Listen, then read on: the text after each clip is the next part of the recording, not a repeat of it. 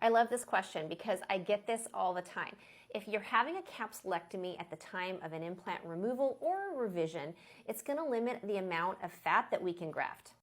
So when we're grafting someone, we have a front wall and a back wall and what's in between. So the front wall is your skin, so that is the top. And then you have what's in the middle, which is your fat, which is like scrambled eggs with a lacy network of blood vessels. So it's not firm in structure and you need that front wall and back wall. And then your back wall is going to be your capsule, right? And your implant is under that.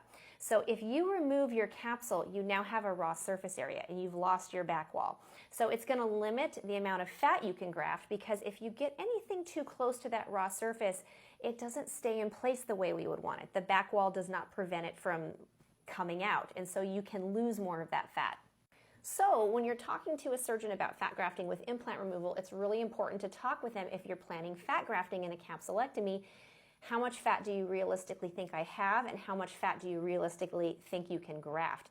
Because if you have very little tissue and the tissue there is quite thin and you've lost your back wall, you're not going to be able to graft a lot at a baseline, even less with a capsulectomy.